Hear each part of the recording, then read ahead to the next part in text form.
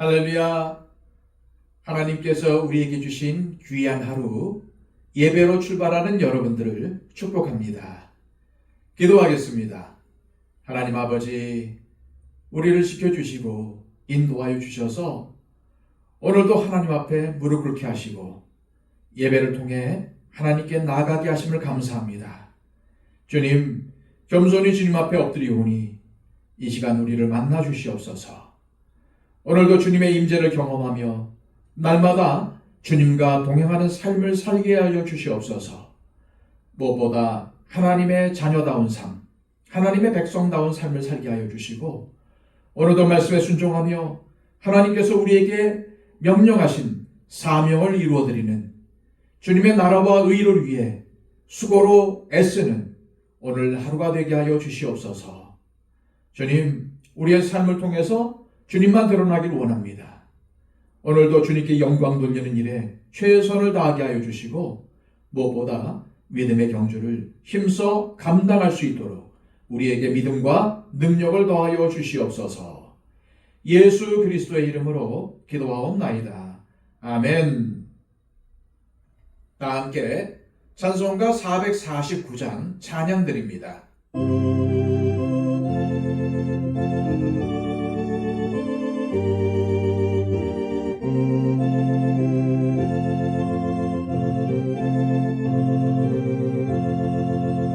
예수 따라가며 복음 순종하면 우리 행할 길 화하겠네.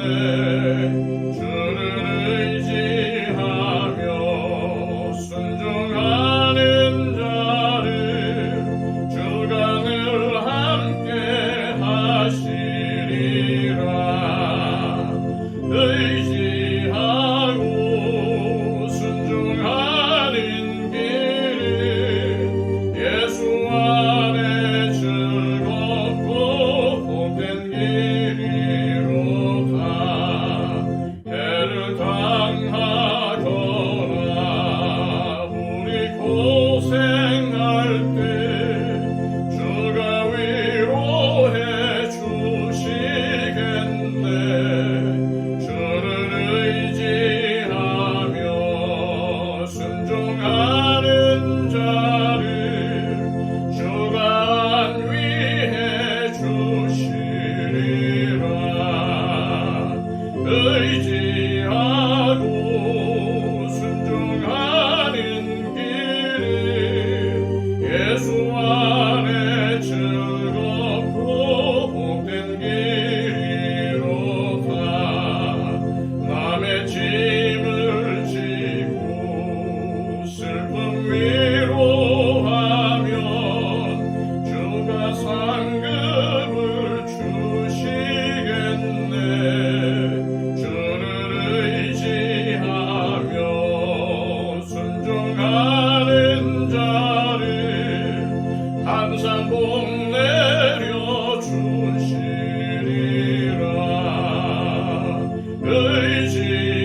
의지하고 순종하는 길은 예수 안에 즐겁고 복된 길이로다.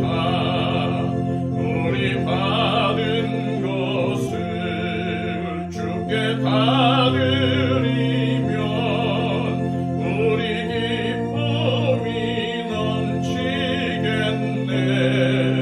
주를 의지하며 순종하는 자를 은혜 풍성케 하시리라.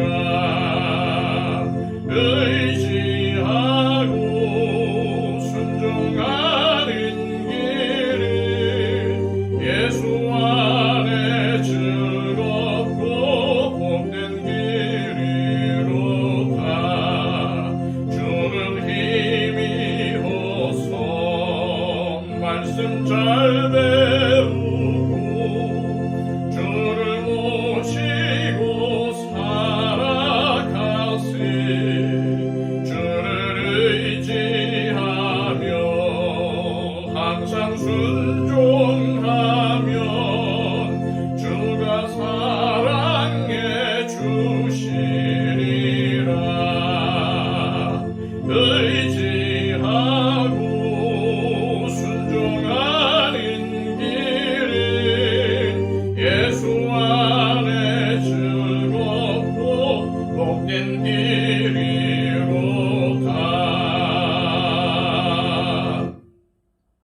이 시간 우리에게 주시는 하나님의 귀한 말씀은 신약성경 요한계시록 15장 1절에서 8절까지의 말씀입니다.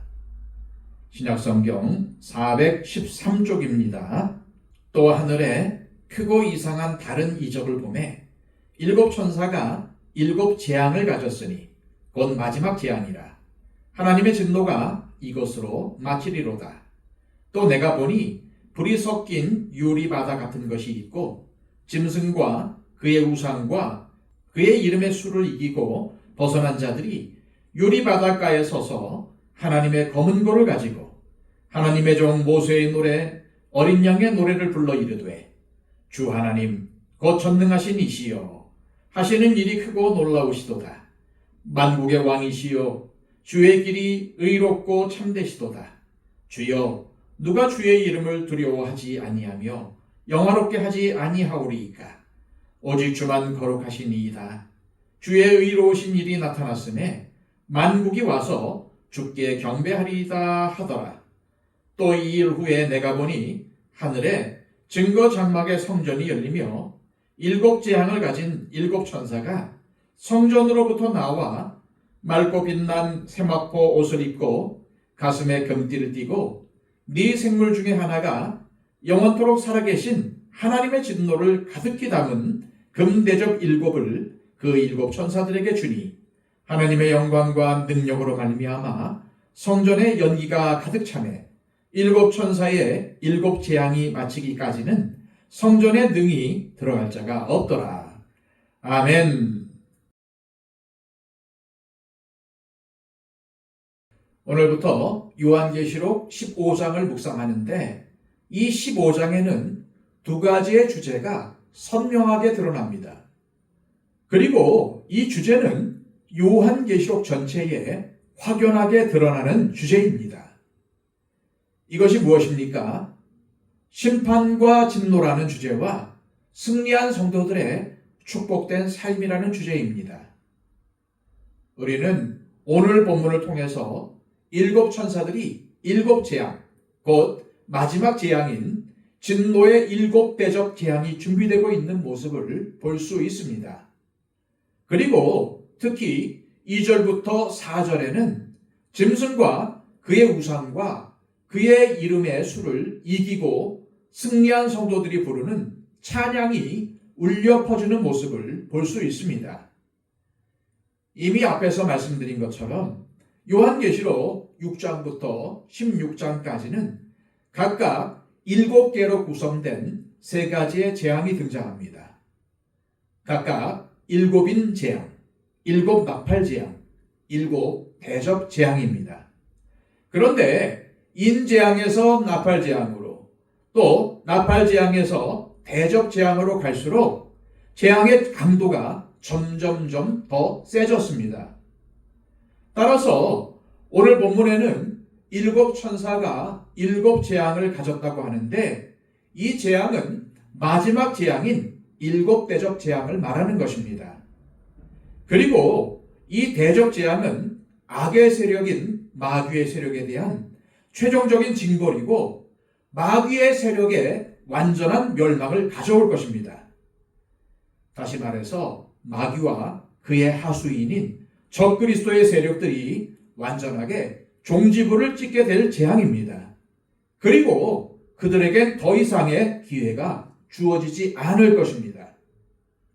1절입니다. 또 하늘에 크고 이상한 다른 이적을 보매 일곱 천사가 일곱 재앙을 가졌으니 곧 마지막 재앙이라. 하나님의 진노가 이것으로 마치리로다. 요한 사도는 크고 이상한 다른 이적을 보았습니다.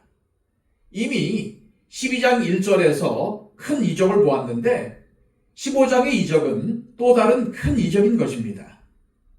이 큰 이적은 일곱 천사가 행할 마지막 일곱 재앙입니다. 그리고 하나님의 진노가 이 재앙으로 맞춰질 것이라고 전합니다. 그런데 여기서 마친다는 말의 의미는 끝난다는 의미가 아니라 목표에 도달한다는 의미가 있습니다.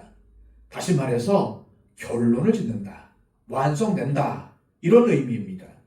따라서 마지막 재앙인 일곱 대접 재앙은 더 이상 회개할 기회가 없는 심판의 완수를 뜻하는 것입니다. 그리고 이는 8절을 통해서 확인할 수 있습니다. 하나님의 영광과 능력으로 말미암아 성전에 연기가 가득 차매 일곱 천사의 일곱 재앙이 마치기까지는 성전에 능히 들어갈 자가 없더라. 여기서 일곱 천사의 일곱 재앙이 마치기까지는 성전에 능히 들어갈 자가 없을 것이라는 말의 의미는 이제는 중보의 시기, 기회의 시기가 지나갔다는 의미입니다. 그 누구도 하나님의 심판을 늦추기 위해서, 하나님의 심판을 멈추기 위해서 하나님 앞에 나아갈 수가 없다는 의미입니다. 이미 기회가 다 지나가 버렸다는 말입니다. 그러므로 이 말씀은 아직 기회가 남아있을 때 빨리 회개하고 돌이키라는 강력한 메시지입니다. 계속해서 5절에서 7절입니다. 또 2일 후에 내가 보니 하늘의 증거 장막에 성전이 열리며 일곱 재앙을 가진 일곱 천사가 성전으로부터 나와 맑고 빛난 세마포 옷을 입고 가슴에 금띠를 띠고 네 생물 중에 하나가 영원토록 살아계신 하나님의 진노를 가득히 담은 금대접 일곱을 그 일곱 천사들에게 주니 요한이 보니 하늘의 증거 장막의 성전이 열리며 일곱 재앙을 가진 일곱 천사가 성전으로부터 나왔습니다. 그런데 증거의 장막은 구약의 성막을 가리키는 말입니다. 구약의 성막이 무엇인가를 증거한다는 의미에서 증거 장막이라고 한 것입니다. 민수기 17장 8절입니다. 이튿날 모세가 증거의 장막에 들어가 본즉 레위 집을 위하여 낸 아론의 지팡이에 움이 돋고 순이 나고 꽃이 피어서 살구 열매가 열렸더라. 그런데 이 증거의 장막이라는 말이 출애굽기 38장 21절, 민수기 1장 50절, 53절, 9장 15절, 10장 11절에는 증거막이라고 되어 있습니다. 따라서 우리는 구약 성막의 다른 이름이 증거막 혹은 증거의 장막이라는 것을 알 수 있습니다. 그렇다면 증거막 혹은 증거의 장막이 무엇을 증거한다는 의미일까요? 간단히 말씀드리면은 이스라엘 백성들의 죄를 증거한다는 의미입니다. 그리고 백성들의 죄를 하나님께서 사하신다는 것을 증거하기도 합니다. 성막의 가장 중심에는 증거궤, 즉 언약궤가 있고 이 언약궤 안에는 만나와 아론의 쌍난 지팡이 그리고 모세가 시내산에서 받은 두 개의 돌판이 들어 있습니다. 만나는 하나님께 대한 이스라엘 백성들의 불신앙을, 아론의 쌍난 지팡이는 하나님의 권위에 대한 도전을, 십계명의 두 돌판은 우상인 금송아지를 숭배한 사건을 기억나게 하는 장치들입니다. 그런데 이러한 이스라엘 백성들의 죄악을 떠올리게 하는 언약궤 안의 것들을 덮는 뚜껑을 씌운 죄라고 하는데 이는 하나님의 은혜가 죄를 덮는다는 것을 말하는 것입니다. 그러므로 증거의 장막은 인간의 죄와 하나님의 은혜를 증거하는 것입니다. 또한 피 흘림이 있어야 사함을 받는 사실을 증거합니다. 곧 예수 그리스도의 십자가와 이를 통한 하나님의 구원하심을 증거하는 것입니다. 그래서 증거의 장막인 것입니다. 그런데 요한 사도는 하늘의 증거의 장막이 열리면서 일곱 대적 재앙을 가진 일곱 천사가 나오는 환상을 본 것입니다. 거기서 나온 일곱 천사는 맑고 빛난 세마포 옷을 입고 가슴에 금띠를 띠었습니다. 이러한 천사들의 모습은 구약 제사장의 모습을 떠올리게 합니다. 그리고 이러한 표현은 그들이 죄와 상관이 없다는 것을 상징적으로 보여주는 것입니다. 이 천사들은 하나님께서 명령하신 마지막 재앙을 수행할 것입니다. 그리고 악한 마귀의 세력과 회개하지 않는 세상에 7 대접 재앙을 쏟아 부을 것입니다.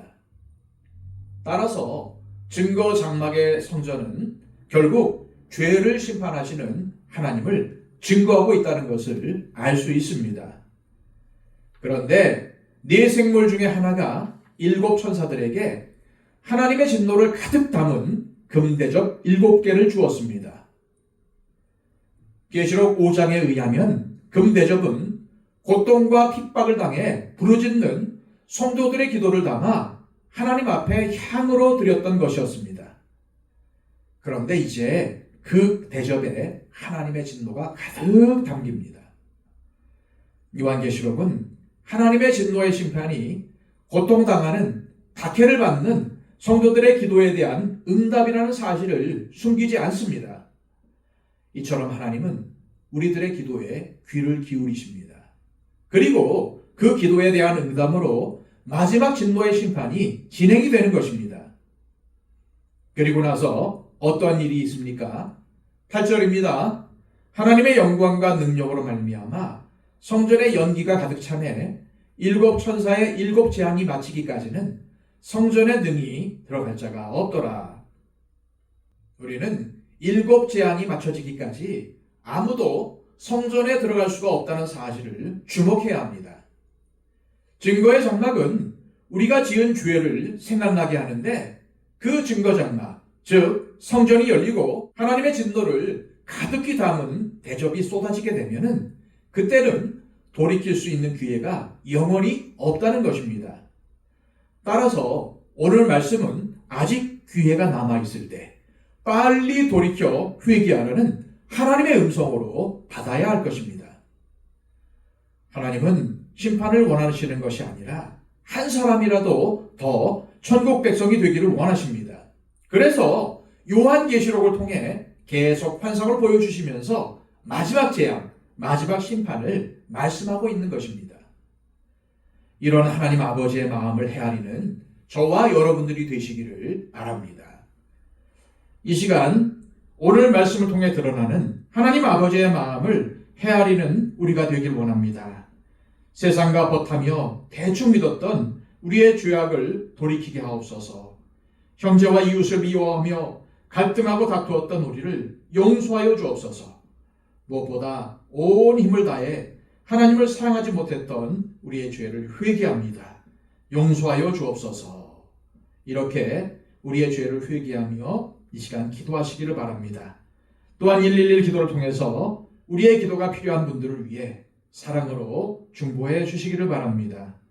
다 함께 기도하겠습니다.